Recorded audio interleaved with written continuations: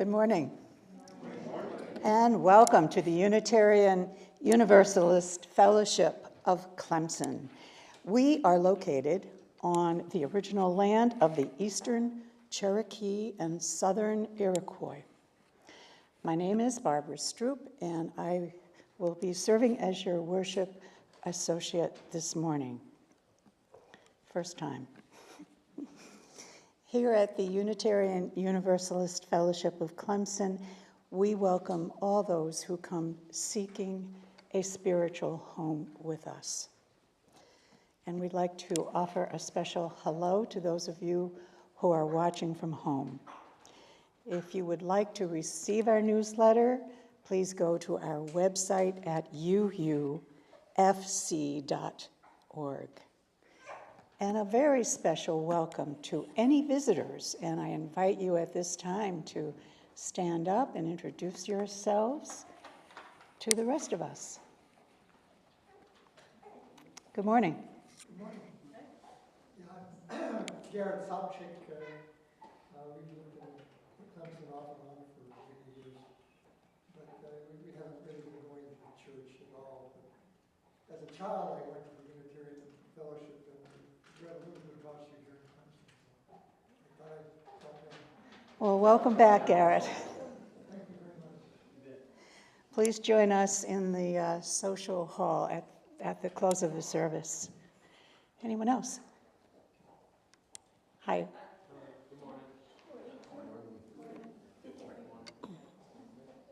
Matthew and Sydney Morris, and we have our children Marin and Eleanor here.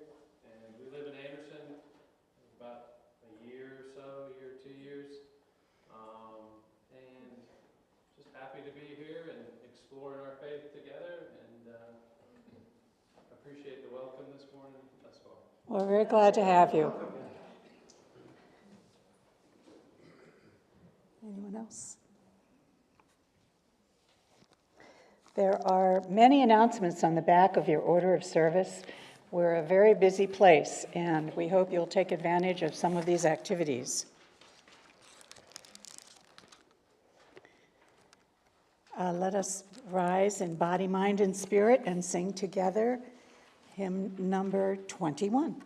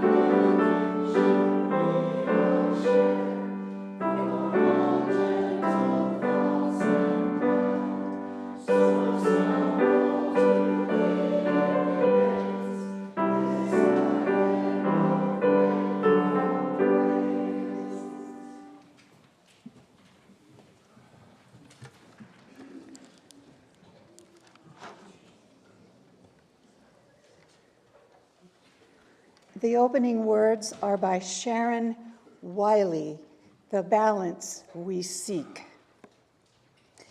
The hours of day and night are in balance. In honor of earth-centered traditions that celebrate this time of year, we observe that the flaming chalice holds the elements of the four directions: earth, air, fire, and water. The lamp oil for earth, the air that feeds the flame, the fire we light, and the chalice itself, the cup, the symbol of water. We light our chalice and reflect on the balance we seek in our lives, the balance we seek in our hearts, the balance we seek in the world.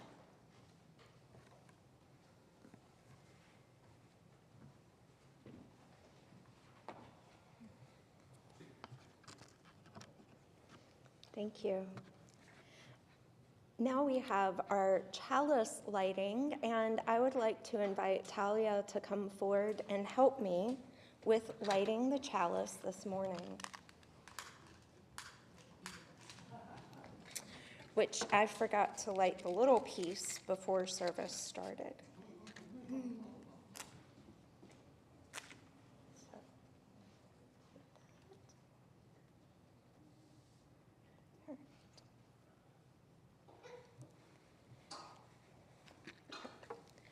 So I'd like to invite you all to join with me in reading our affirmation words together. And you can find these in your order of service. We gather together in a spirit of love with justice as our guide.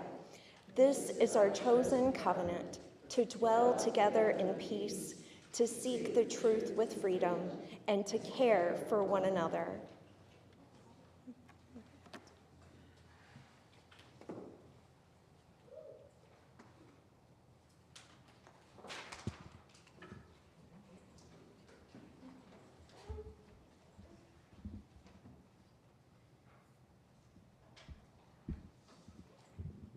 We have props for our time for all ages this morning. So today's story is a story about the Festival of Mabon, which is one of the 4 minor Sabbats celebrating the passage of the sun on the pagan wheel of the year. And our protagonist is Rupert the Rabbit. Rupert the Rabbit was in a great big hurry. So down the path he ran, stretching out his long legs and running as fast as he could. He knew it was time for the people to come again and celebrate in a special place in the meadow. They would dance and drum and pray, lifting their voices in song or chant to call upon the god and goddess. Rupert looked forward to the times when the people would come, but they only came on certain days, and Rupert didn't want to miss it. So as he ran through the woods thinking about the people coming, he wasn't paying any attention to what was around him, and he didn't see Melvin the mouse in the middle of the path. I'll bet you can guess what happened. Rupert ran right into him, and they both went flying. Poor little Melvin ended up in the bushes. "I'm so sorry," cried Rupert. "Are you hurt?" "No," said Melvin, "but you gave me quite a fright. Where are you going in such a hurry?" "Today is a festival for the people who come to visit us sometimes, and I don't want to miss it." That's when Rupert noticed that Melvin had a basket piled high with acorns, pine cones, sweetgrass, and all kinds of mouse goodies. Melvin himself was trying to carry a juicy red apple that was much too big for him, and he squeaked at Rupert for help. "Where are you going with all this?" asked Rupert as he gently took the apple from him.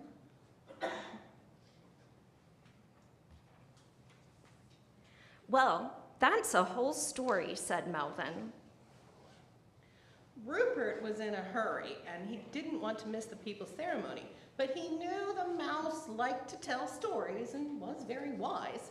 If he stayed to listen to what Melvin had to say, he could also help him carry his things. After all, it was because Rupert hadn't been looking where he was going that their crash had happened. Rupert knew he would be too late to see the people, but he also knew his friend would appreciate the help. So Rupert said, "Please, tell me about it," as he picked up the basket for his friend. Today is the autumn equinox, said Melvin. In the Celtic religion, it is known as Mebon. The name comes from the Welsh god of the same name. "Mebon?" asked Rupert. That's what the people call it. It is also called the harvest home or the witches' Thanksgiving. And it has a lot in common with other harvest festivals and Thanksgiving. It is the second harvest of the wheel of the year in pagan tradition. It is also when the sun and the moon share the sky equally. So it's a time for our second harvest of this season. After all, Mebon follows Mas. We animals only know it as the time when the earth starts to die. Rupert was a little alarmed. "The earth starts to die? What does that mean?" Well, said the mouse, the weather starts to get cooler, and some of the plants start to turn from green to brown. It's not the beginning of the year or the end of the year, but somewhere in between. People used to say this day to gather with friends and family and give thanks for the bountiful food that they have out of the harvest to feast on. And they also focus on well wishes and dreams and goals that they have been working on so hard. Mebon is also a time to prepare for the coming winter season and welcome the beginning of the end of the year. What do we animals do? Well, like humans, we store up all of the good things to eat, like we have here. And I waited too long to get all of mine put away. And I would be running behind if you hadn't run into me and offered to help. Rupert laughed at that, still sorry that he had missed the people's ritual, but glad to spend time helping his friend. But then Rupert had another thought, and it made him shiver. If summer is ending, won't it start to get cold soon? Yes, the end of the year does mean that it will get cold and plants will wither. But look at all of the good things that we have here. Look at all of these goodies. We'll be just fine. Death, my friend, is nothing to fear, whether it is the turning of the wheel of the year. Birth, death, and rebirth are part of the great mystery of all life. And it is the message of Mebon, my friend, to celebrate what we have right here together in this moment. And it seems to me that balance is important too. You know, balance between work and play, life and death, night and day, and even cold and hot. That's exactly it. You've got it. Now, help me get all of this food put away so we can have a proper Mebon celebration. And so Melvin the Mouse and Rupert tell about the minor Sabbats, one of which is Mebon, which traditional holiday celebrated with family and neighbors. And it is typically around the 21st, 22nd, 23rd of September each year. And it's when astrologically we're balanced between night and day.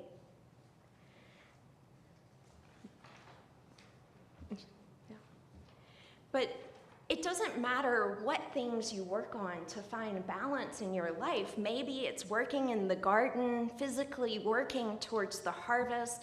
Maybe it's working on your schoolwork or growing your relationships with your friends and your family, helping your parents do the chores around the house that you might have.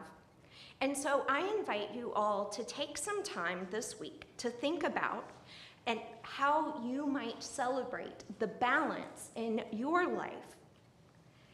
And remember the messages from Melvin and Rupert as you go forward in this fall season.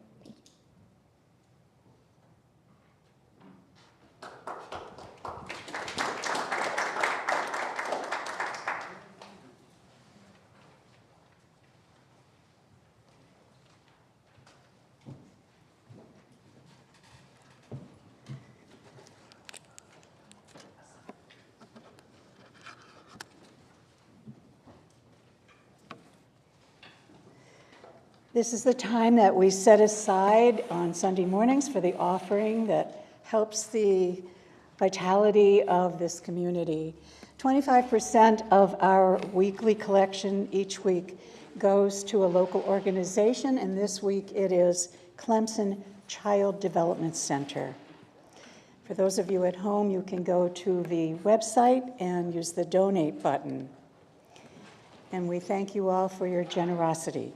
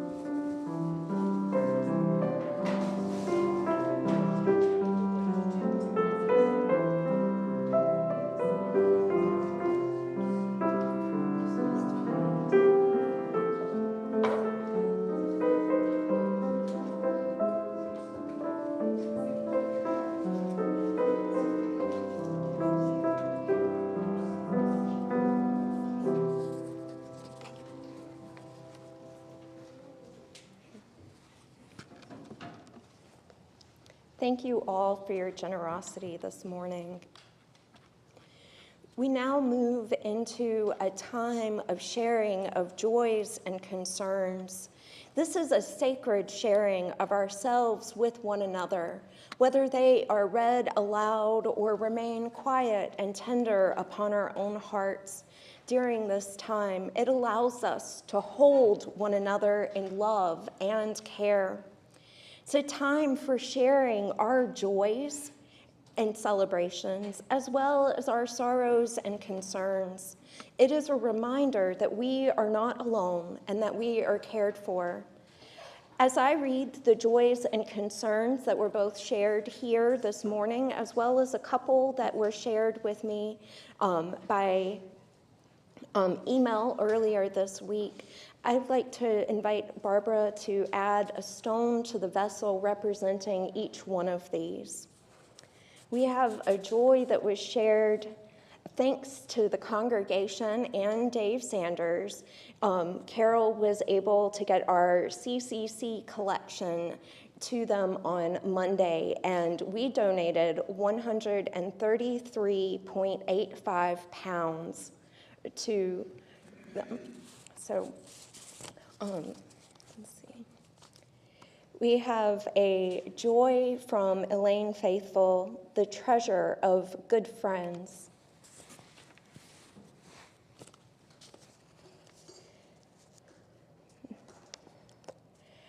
Elaine Fredendahl and Larry Fredendahl share they're celebrating 41 years of partnership. Congratulations. Yes. And we have one from Renee Mandola. Thanks for all of the good wishes for her mom. She's out of the hospital and out of rehab and doing much better. That's great. And we have something to share from Mike Cole and Jane McNamara that they are looking for someone to help with some odd jobs at his home and doing some yard work. and willing to pay to have that support that they need. If you would call him or Jane at the number listed in the directory and let them know if you might be interested or know somebody that might be interested in helping with some of those odd jobs, so that we can continue to care for those even if they're not physically here with us in the morning. And we'll add one final stone for the joys and concerns that are held a little closer to our heart, so that we can share those in community as well. And if you will join me in singing the children to their RE classes, they'll be going with Karen and Mel. We'll sing Go Now in Peace.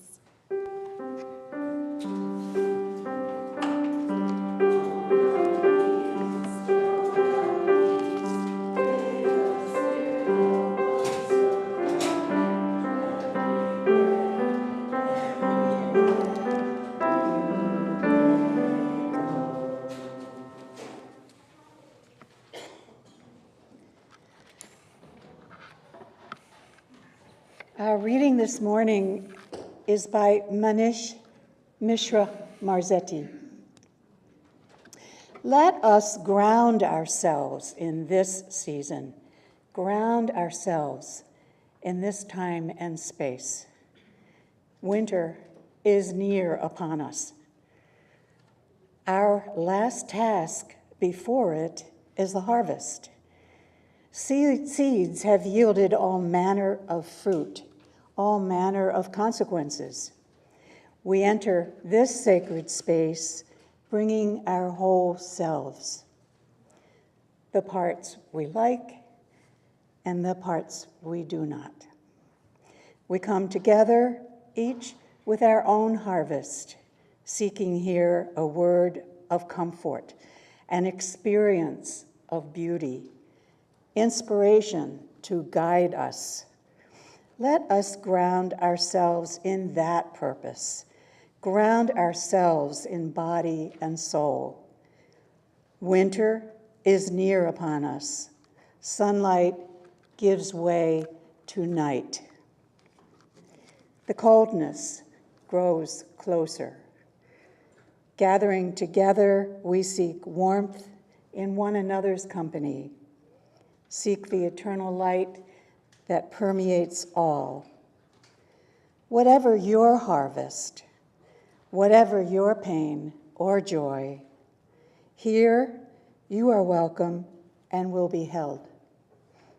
Let the warmth flow to you and through you. Feel the healing strength of this community.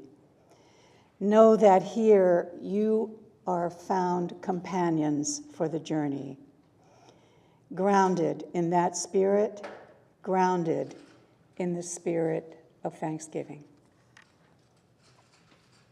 And let us sing hymn number 387, The Earth, Water, Fire, and Air.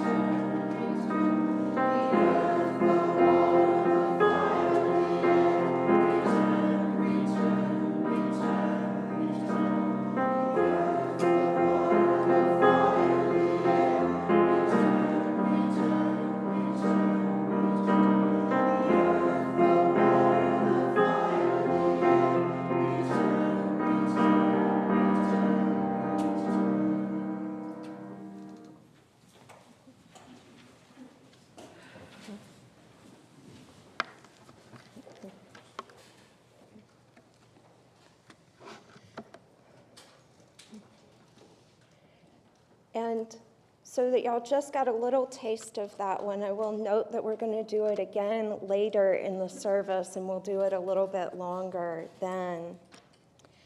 But I've asked a few people to come up and help me with our meditation so that we can have multiple voices.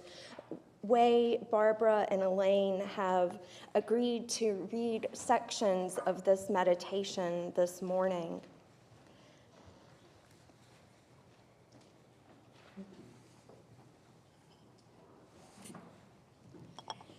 In the pagan tradition, which is grounded in respect and reverence for the natural world, calling upon the four directions is the usual way to begin any ceremony.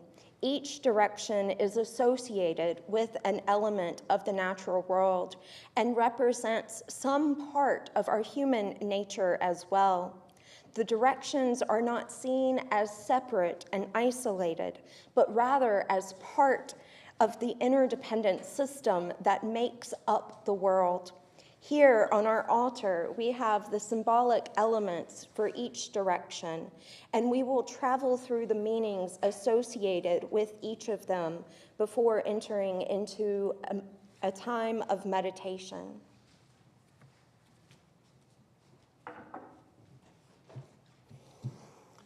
We begin in the east, toward the rising sun. The element of east is air, represented on our altar by a feather. Air and breath give us life. It is the direction of inspiration, the word that literally means to take in air. The east is associated with the mind, with knowledge and learning, and intellectual curiosity. Imagine the birds turning and wheeling in the air. Imagine the breeze blowing through your hair. Turning toward the east, we look for a fresh start, an invigorating breath, a new idea. When you are feeling stuck in a rut, beholden to a routine, or if the wind has gone out of your sails, look eastward.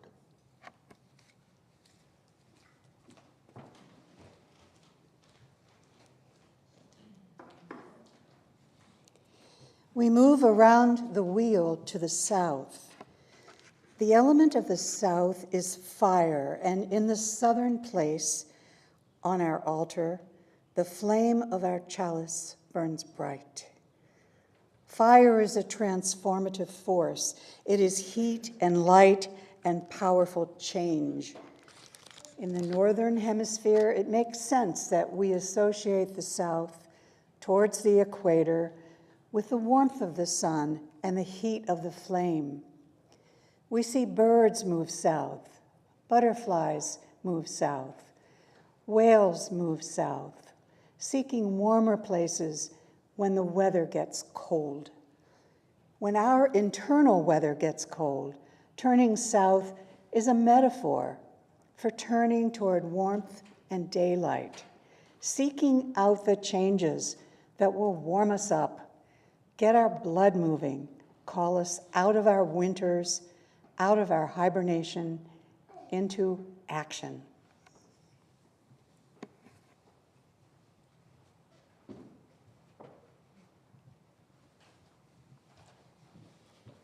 Continuing around the circle, we arrive in the west.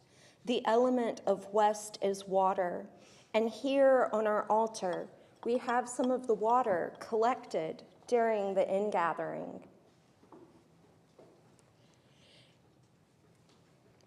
We add to this water each year, symbolizing the ways that we come together in our community as individual drops, as we join together into a mighty river. In the west, we are drawn into the experience of our emotions. It is the direction that calls us to self-reflection and self-understanding. Our emotions move in us like water flowing through our lives, sometimes calm, and at other times turbulent, but always flowing. When the dam of our feelings, just like the dam up on the river, the pressure can build until it finds an outlet. If you are seeking to get in touch with your inner life, with your emotions, turn towards the west.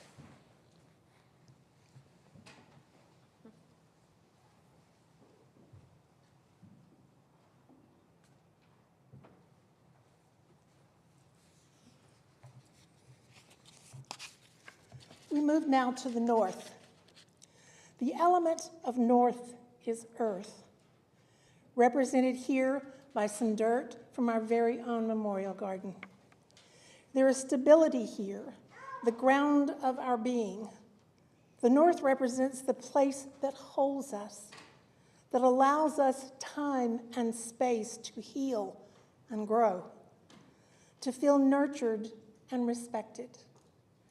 It is also the place of embodiment, of connecting with our physical self, with the concrete, tangible world around us. The North calls you if you are seeking balance, the deep wisdom that lives in your bones, a place of rest and recovery.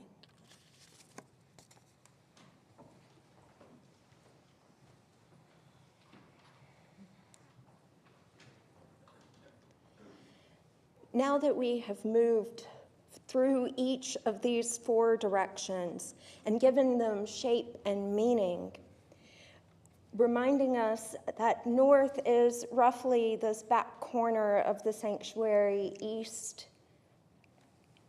south, and west. As I read these words reminding us of which these things represent, I would like to invite you to turn, whether it's your head or your body, whether standing or sitting or just merely reflecting on this direction that speaks to you right now. And these directions representing east, the breath, air, inspiration, the south of fire, transformation, and action, the west of water, feeling, and reflection, and the north, the earth, the balance, and wisdom. I invite you into a moment of reflection while Corey plays some music for us if you'd like to turn or move your body to reflect a particular direction.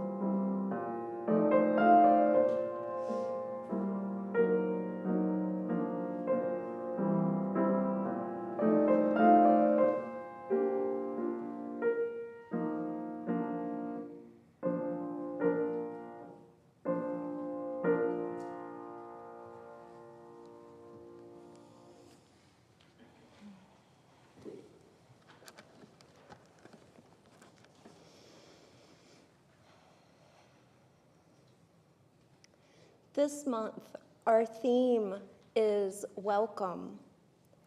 And this week, we are approaching welcome in a little bit different way. rather than thinking of how we are welcoming as a community, as a congregation, this week we reflect on how we welcome the changing season and what that might mean in our lives as we transition from summer to fall. Are there practices? Are there things that you enjoy doing? Maybe they're related to harvest or gardening, back to school season or football season, which I think we all know impacts Clemson quite a lot.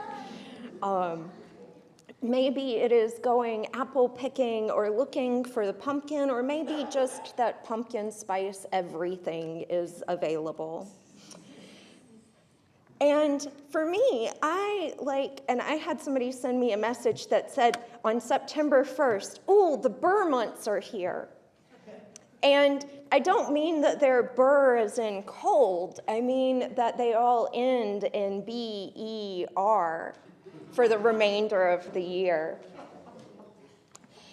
And fall is by far my favorite time. Some of you may have heard me say that Halloween is my favorite holiday, so the 2 whole months leading up to Halloween are part of Halloween for me, as soon as stuff's in the stores.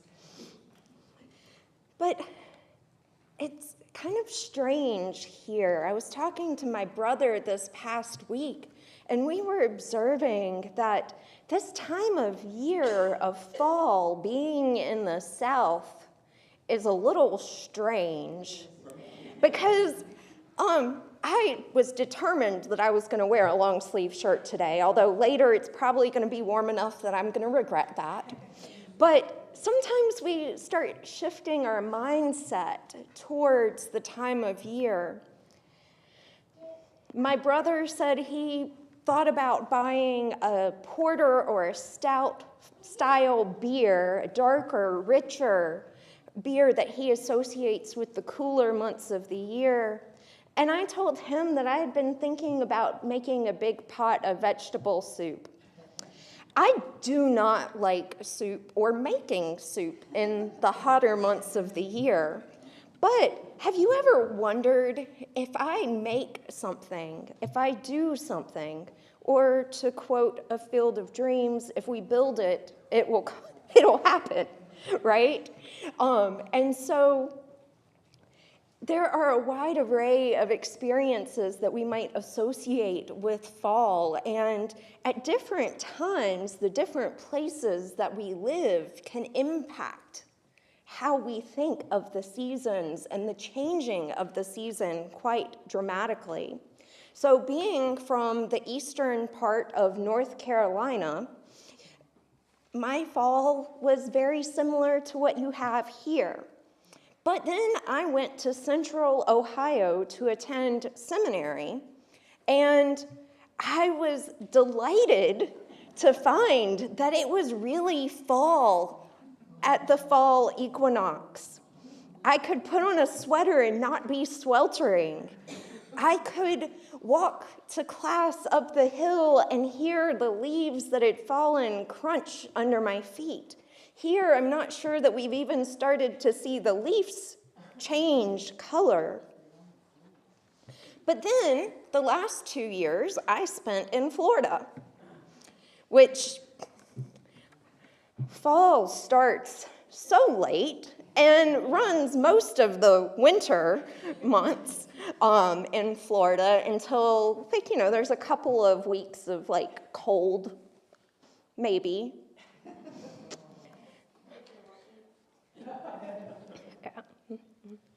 So as we observe the changing of the seasons here in the northern hemisphere, it's important to also name that these celebrations, this change of the season, is flipped in the southern hemisphere.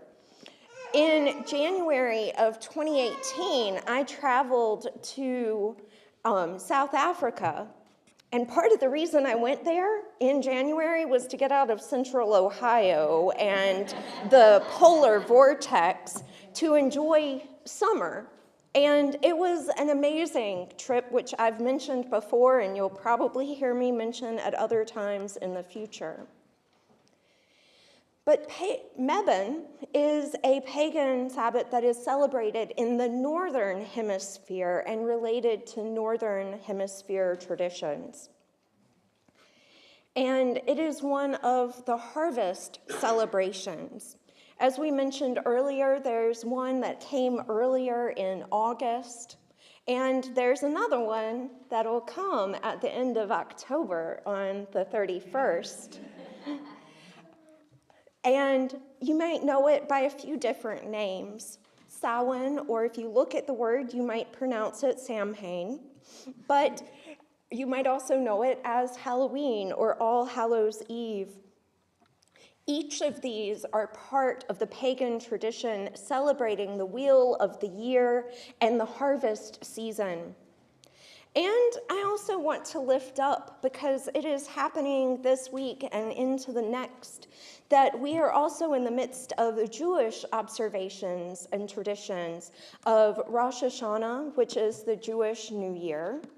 And coming up will be Yom Kippur, which is considered a day of atonement, a period of reverence, repentance, and awe. This is a time that people make their peace with anyone they have wronged or slighted or injured in any way, neglected in the last year. And Mel this morning reminded me that in this repentance, in this reflection for others, that it's important to think about that in oneself as well, in forgiveness.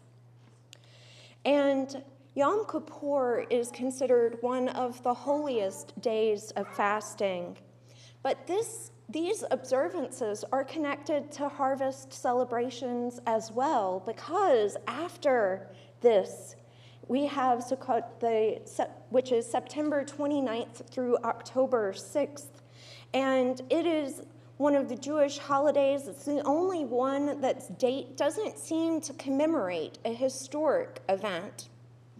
And the Torah refers to it by two names, which I thought I could figure out how to say, but I'm not going to do it. Essentially, they translate to the Festival of Ingathering, or Harvest Festival, or Festival of Booths.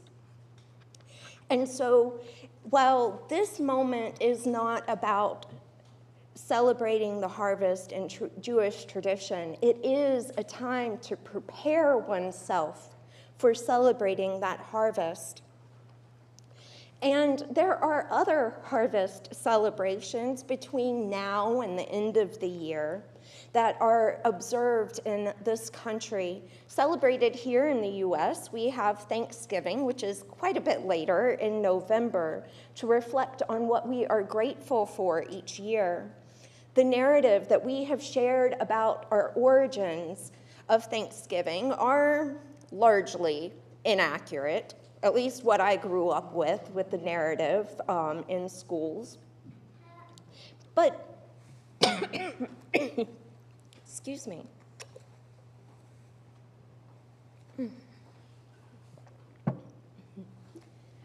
But this time of year offers us an opportunity to share our gratitude, to reflect on the harvest, the things that we have in abundance, our community, our families, the things that we have to be grateful for. But today, rather than thinking of all of the things that are coming down the road, in the next week, we approach the celebration for the fall equinox. In a broader sense, not just welcoming the season, but welcoming balance with the changes of the season, balance between the light and the dark halves of the year, balance between the warm and the cold parts of the year. This balance can serve as a reminder to find that balance in our own lives, to slow down, to reflect, to celebrate the world around us. The changing season also provides the opportunity to reflect where we are now and where we would like to be in the coming season. To consider if there are things that we would like to change, to leave behind, that which no longer serves us, things that we need in order to find more balance. Life is so full, isn't it? With jobs and school and family. There's so much that keeps us running around. We have all of these tools and technology to make our lives easier, but that kind of means we end up putting more packed into it at times. But there are things that can give our lives meaning. Spending time with family, cooking, eating, playing, hiking, traveling, and so many more. And yet, it can be challenging to find a meaningful balance to all of those things. And something that throws off this understanding of balance in our world can be social media. Is anybody here on social media of any kind? Yeah? So quite a few. And you might have noticed that sometimes it is all of the good stuff that gets shared. What makes the pretty picture? What makes the pretty story to share? And it can distort our reality. It can distort how we see ourselves in the world. And it doesn't always reflect that messiness, the grittiness that is life. So I like to find some diversity on my social media so it doesn't feel so lopsided. To be able to see the messy reality. I love one of my friends who will post these gorgeous pictures on her travels and then say, go to the last pictures to see the reality. And so you get to see this perfect, beautiful picture, but then if you look a little closer, you can see all that went into getting that one perfect, beautiful photo. And so I want to invite you in this next week to reflect on where you find balance. Perhaps you can increase the sense of balance that you have by building upon practices that you already have in place.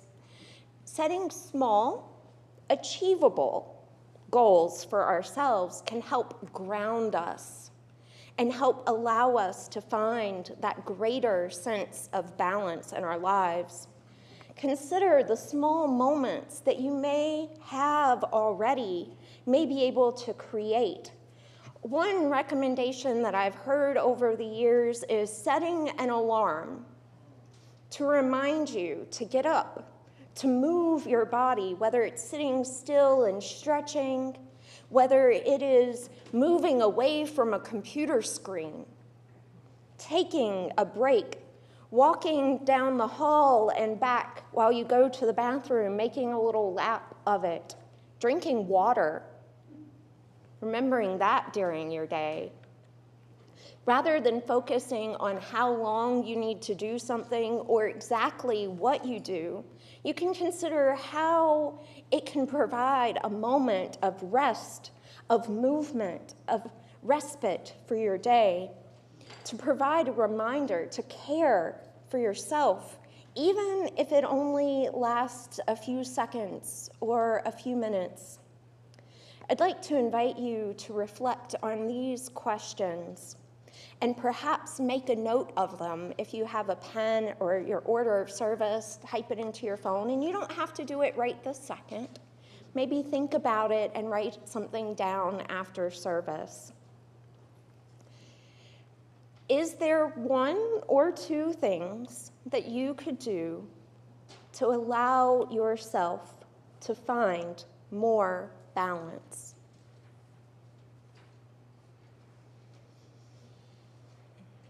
Are there things that you would like to celebrate, recognizing the places that you already have balance in your life?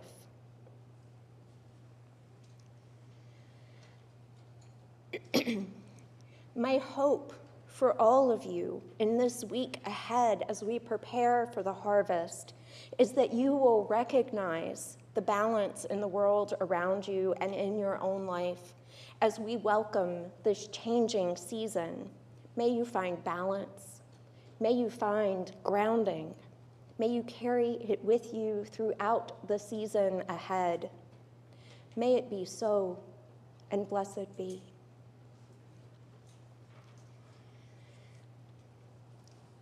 Now that you are familiar with our chant that we shared earlier, I'm going to have Corey play it through one time for us to sing along, and then he's going to stop playing. But I invite you to continue singing the chant together. And if anybody wants to snap or tap their toes or move in some way to the chant, you are welcome to do so.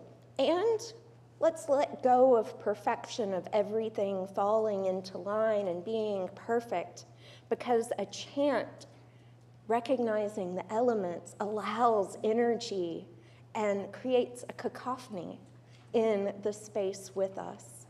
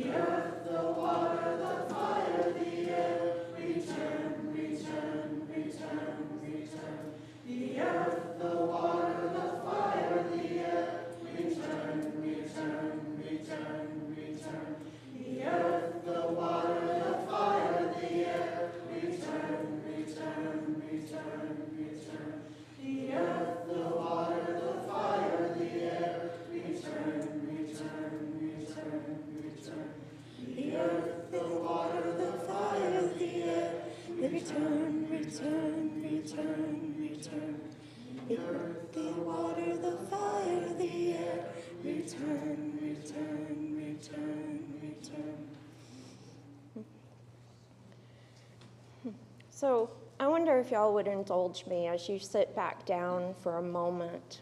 If we go back through that together once, and then whatever the direction that spoke to you this morning during the meditation, repeat that direction a few times, and let's hear what it sounds like for us to come together in hearing those directions lifted up in a different way rather than in just the same rotation.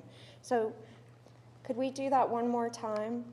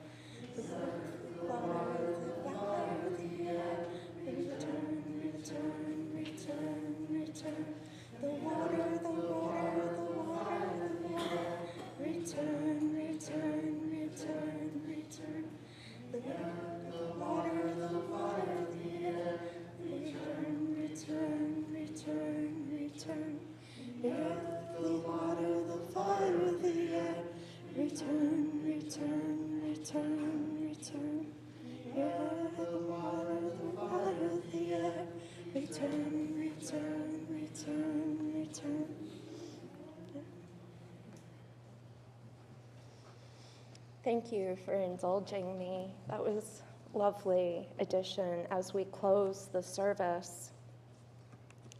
As we extinguish the flame of this communal chalice, may we carry the light, the fire of community until we are together again. Go in peace and return in love.